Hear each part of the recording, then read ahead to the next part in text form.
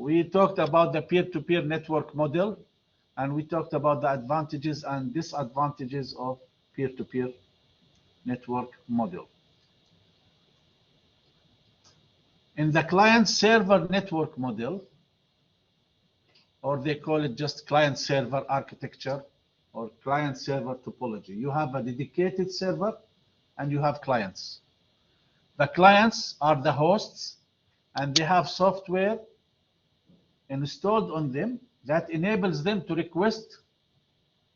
send requests to the server, okay, and to display the information that they receive from the server.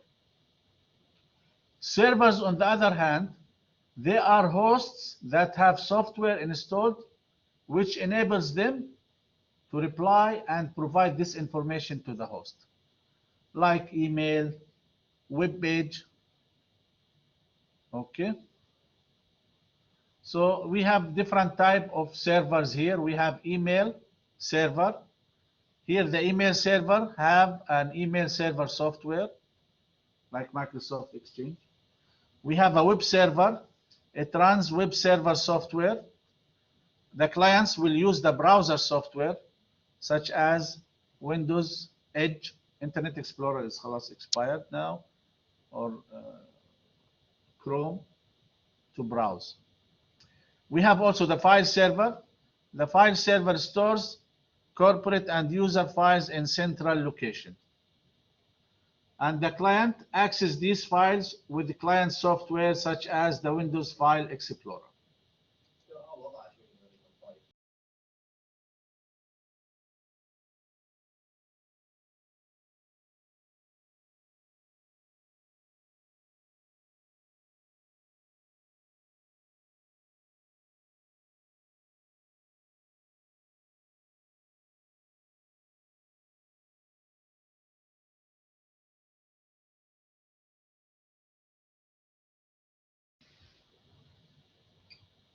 Yeah, okay. Good. The advantages of client server,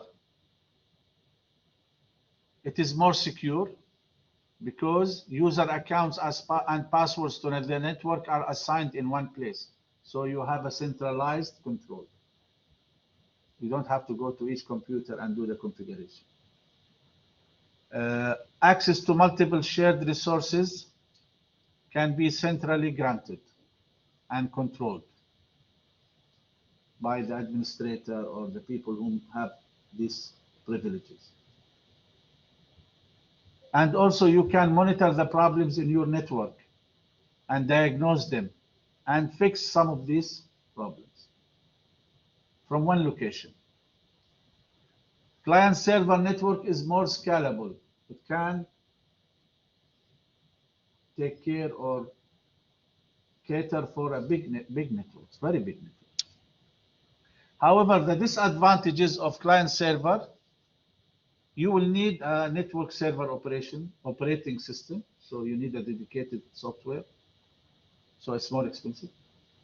The server itself have more hardware requirements. It's more advanced, so it is more expensive. You will need a specialized staff who have the skills to maintain and administrate your network, to be your network manager. Also, if you have a network and part of your network is down or your file server is down, this will affect many parts in your network. Okay? But usually we mitigate this by having redundancy network, redundancy backup server, things like that.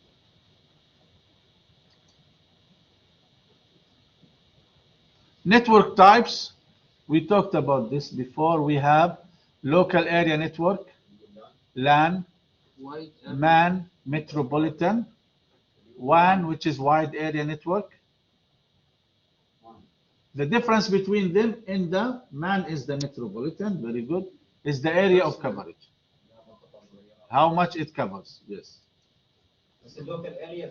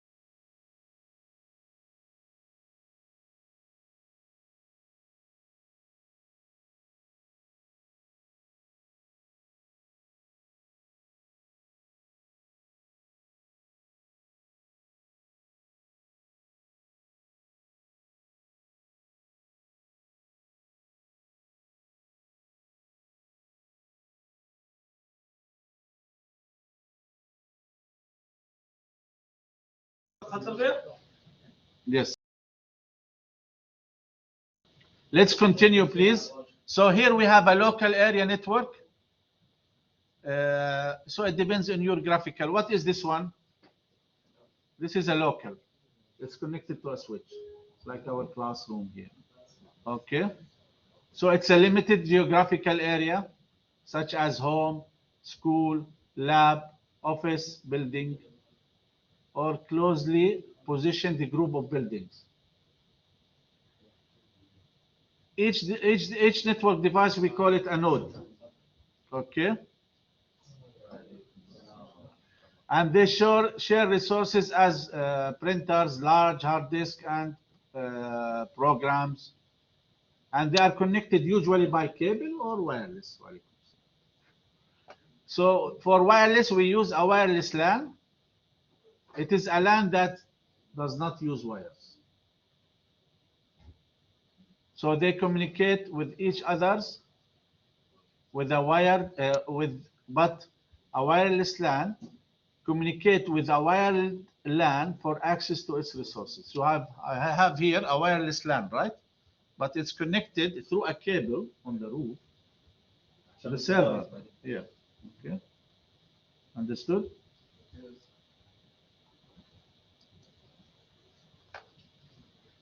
For the LAN, you need these hardware devices. You will need a switch. Switch is connected. It has ports, and each port is connected to a computer. Okay. So it will receive incoming data from one of its ports and redirect it to another port or multiple ports. Okay. A LAN can have several switches. You can have several switches in your LAN. No problem. A backbone is a central conduit that connects the segment or pieces of a network. You know what is a conduit? Cable. That if you have switches, they are connected to each other with a cable. Or your switch here is connected with the conduit. Okay? Yeah. A backbone is a central conduit that connects the segments or pieces of a network. Like this yellow, you see this is yellow or backbone cable. LAN and their hardware. We have also a router. The router manages the traffic between two or more LANs or networks. They can be used in a small home network to connect the home LAN to the internet. In this case, it is called a Soho, small office, home office. Okay. We can have industrial grade routers can have several network ports, one for each network it connects to. It's different than the one you use at home. This is industrial grade. You can connect multiple LANs to it. Okay. Yeah, uh, that's the first type. Okay, that's the first type. Soho network. Difference between router and switch. The router acts like a gateway between your network. If you have multiple networks, they will have a gateway, which is router. It will control the traffic between the networks. They can communicate with each others only through the router. Otherwise, they only communicate in their LAN. Okay. Router is active in the network layer. The switch is active in the data link layer. Router uses packet. Switch uses frames. Okay. Which one? A repeater. A repeater, we call this a repeater. It's not a switch. It's not a switch. A repeater is used to extend your signal. Okay. This is a switch here. No, this is a combo device. This is the one that you have maybe at home. Okay.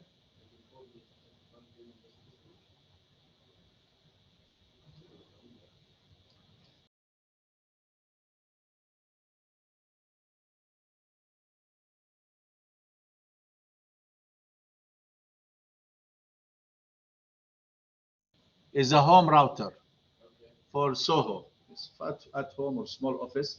So this router will connect you to the network, but it does not have the full power of a router. The second one, yeah, it's a router. It's a Soho router. Soho router. Okay. Soho stands for small office home office, and it's cheaper. Then you have the industrial router that has more features, more expensive. It can connect your LANs together. Okay. We have the Metropolitan network. A metropolitan area network, MAN, is a high-speed network that can connect local area networks in a metropolitan area, such as a city, town, and it handles the bulk of the communication activity across the region. In a MAN, you usually have more than one LAN, but it covers a small geographical area. It's smaller than one. One can run across different cities, countries. MAN is for a city, for a town. Okay, so that's how we differentiate between them. يعني one أكبر من one. Yes, a WAN is bigger than MAN. Metro can be city, town. Okay, a MAN is usually managed by a consortium of users or by a single network provider that sells the service to the user. A WAN is controlled by the telecom provider. A LAN is controlled by the company. Okay, so that's another difference. Wide area network. Here we have different LANs connected with a WAN link.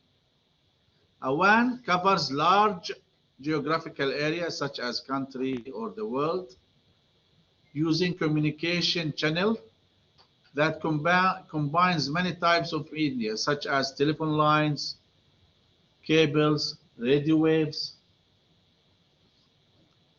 A WAN can be one large network or can consist of two or more LANs connected together.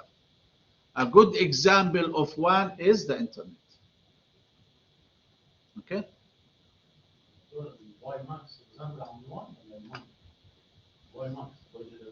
Yeah, this is controlled by the telecom provider.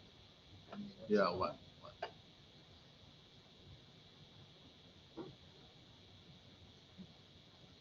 Inside the LAN, we use Wi-Fi.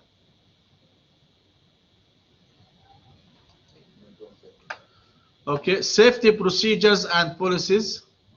We have to follow emergency procedures in case of emergency, but we have to always adhere to safety procedures and policies, even in your lab environment, please. Don't touch any spare parts or computer parts on the tables unless the technician, the IT technician, Mr. Shinjo, is here and he guides you and asks you, or if he asks you to do anything. But for this semester, as he mentioned, we will not be touching any of these components. He will demonstrate to you here in the front only. There is no hardware actual exam, okay? So, in your building, you need to know the escape route, the emergency exit, the fire suppression system, what kind of fire suppression system is used. Okay, you have to also follow the safety rules in your data center, file server room. You need to use the emergency alert system, portable fire extinguishers, emergency power off switch. So to do that, you have always to make sure that you have answers to this question. Does the security system allow access during a failure? So if it allows, it is called fail open. Or does it deny access during the failure? This is called failure deny. or fail close, fail close. SDS is a safety data sheet, explains how to properly handle substances such as chemicals, solvents, and how to dispose of them, how to get rid of them. Okay, you know, we have sometimes you have some chemicals in your lab or some materials. There is a manual, there is a sheet that tells you how to handle these manuals, how to handle these devices.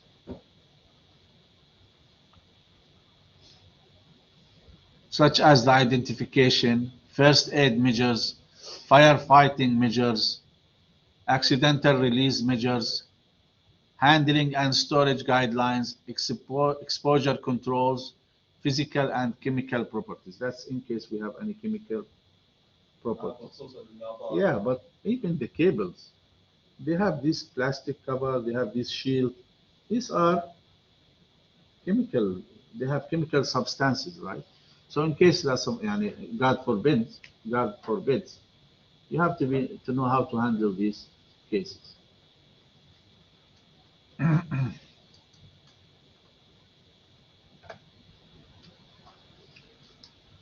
OSHA, they put the standards for electrical and tool safety. So they have some guidelines when using power tools and electronic tools. Wear PPE or personal protective equipment. Keep all tools in good condition and probably properly store tools into not in use. Use the right tool for the job and operate the tool according to the manufacturer's instructions. Watch out for trip hazards so you and others don't stumble on a tool or cord. Before touching a component, ground yourself so that you don't get this electrostatic discharge. It's not good for you, it's not good for the electronic boards also. So wear an ESD strap around your wrist that clips onto the chassis or computer case. Touching the case before touching any component inside the case. And storing a component inside an anti-static bag. Always shut down and unplug a computer before working inside it, of course. Okay. Same thing applies to the monitor. These are the references. Now I will